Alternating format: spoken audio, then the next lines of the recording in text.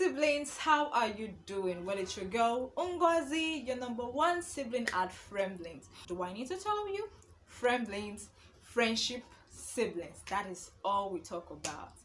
And today it's a new month, and it's a month to be remembered. It's a month we celebrate. It's a month we talk about as siblings. Yes, because it's the Autism Awareness Month, and it needs to be talked about. It needs to be talked about. It needs to be voiced out. It's like you are supposed to know about it. I trust you've been fine. On this day, I just want to just drop this long but short note. So I just want you to hear.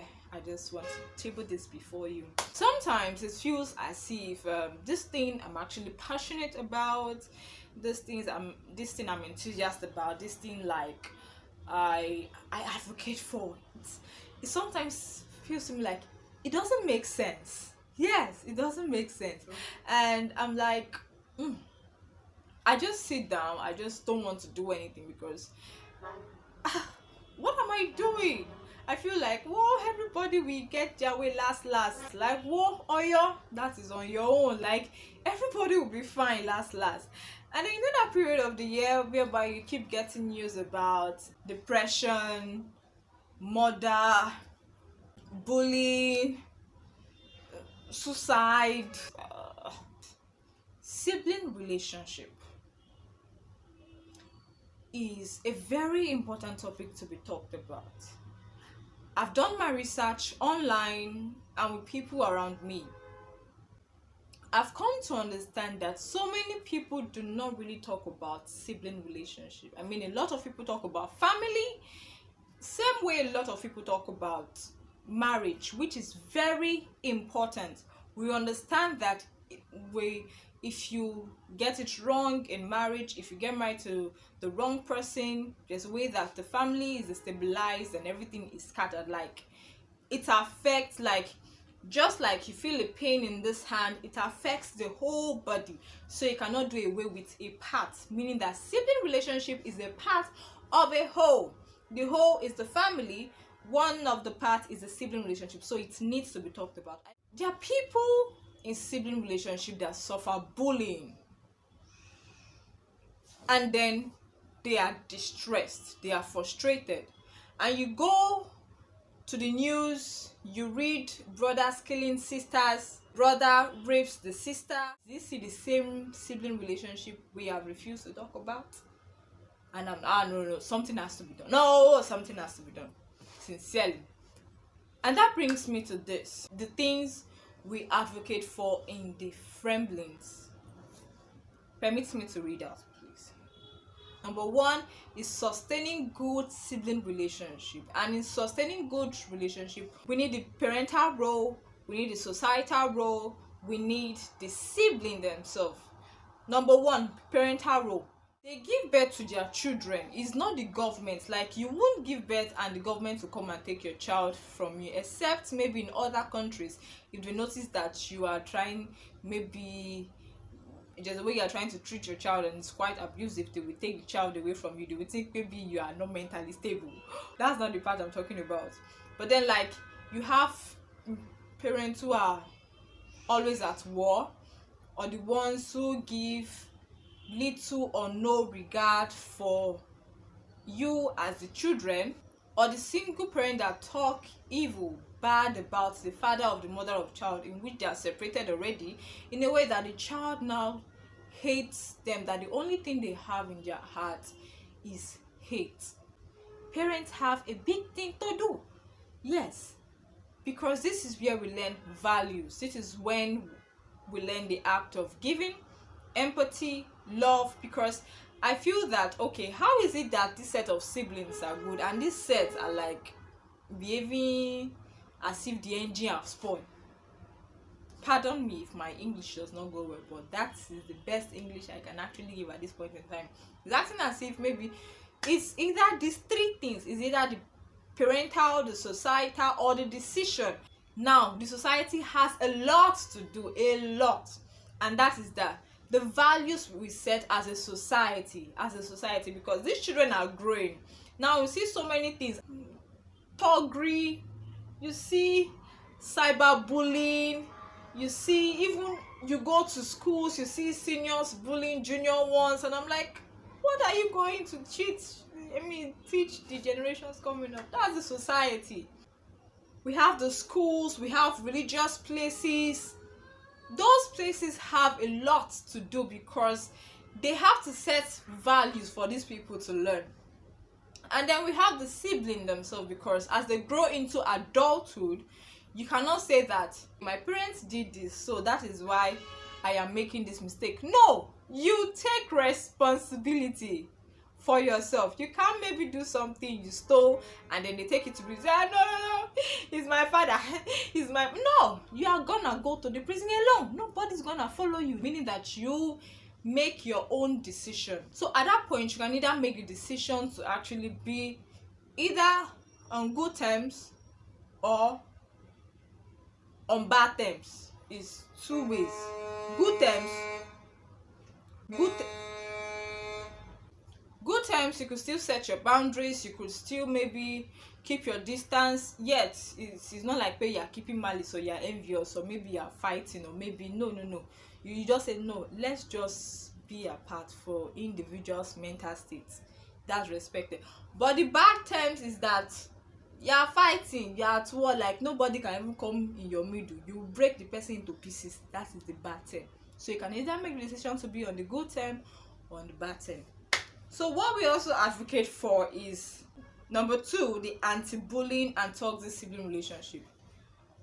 We go around like today, especially in Lagos State. If you go to some parts in Lagos, what you see is thuggery. I'm not talking about their person, I'm talking about the beast that have overtaken them. Yes, because thuggery is a beast.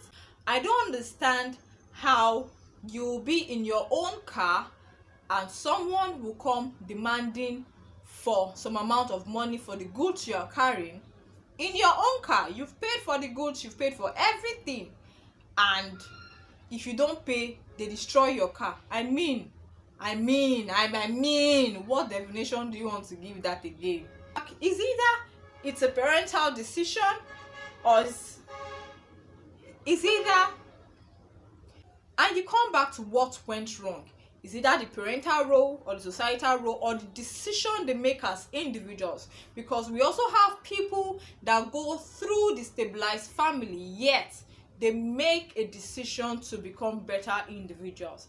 I'm not saying that these people may not also have their flaws, but I'm saying that as an adult you can make decisions. We see bullying, especially among teenagers. You go to school now, you see so many things happening in school.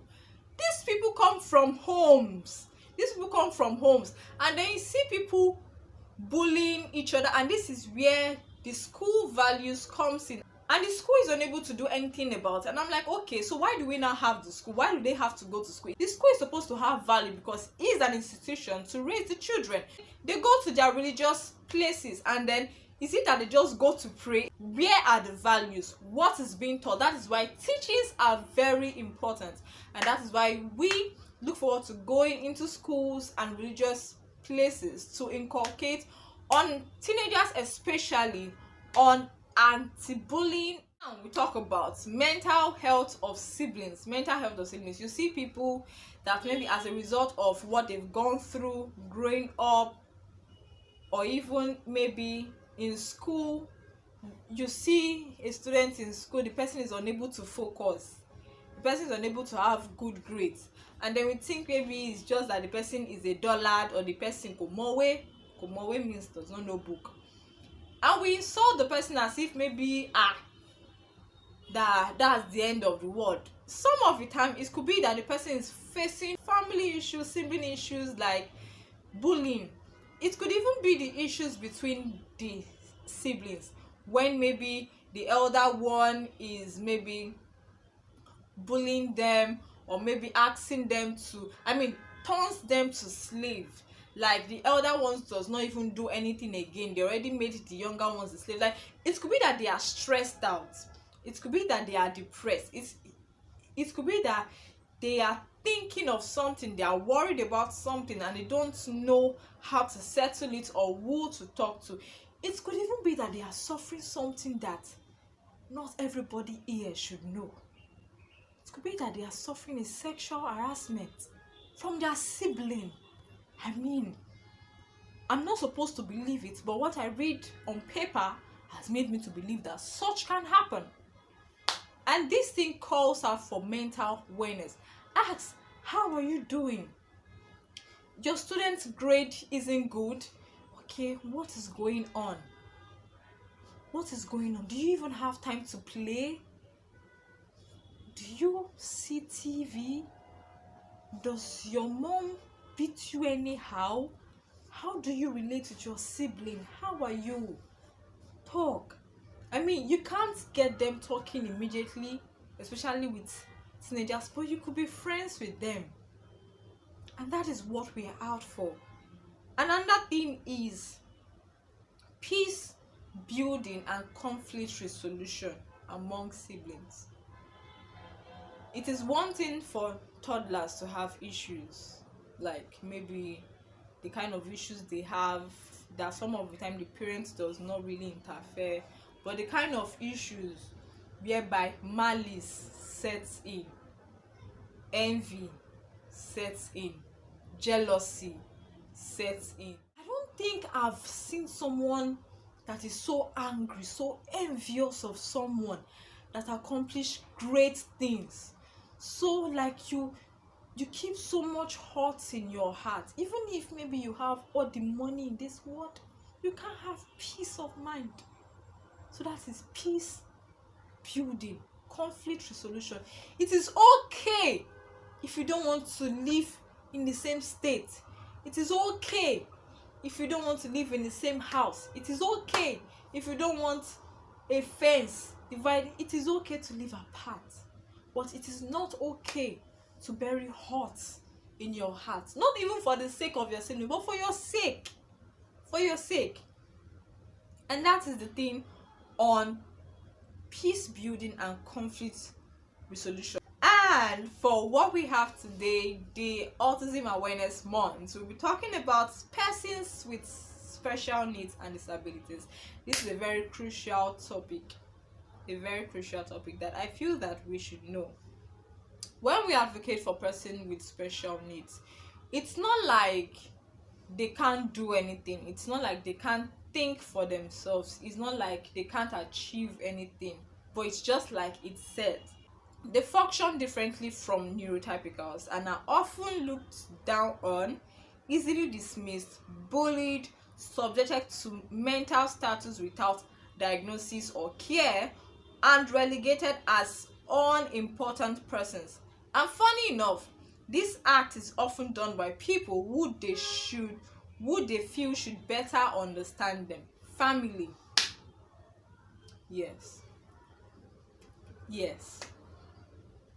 And some of the time when the parents puts much effort in taking care of them, we now have the siblings to contend with because they feel that the parents are putting so much attention on the child, and this may then cause a begrudge of preferential treatment. And you know that in this type of case, you don't maybe act towards your parents. You then those reaction, the hurt and everything, you be pouring it on your sibling because they are the easy way to pour your hurt.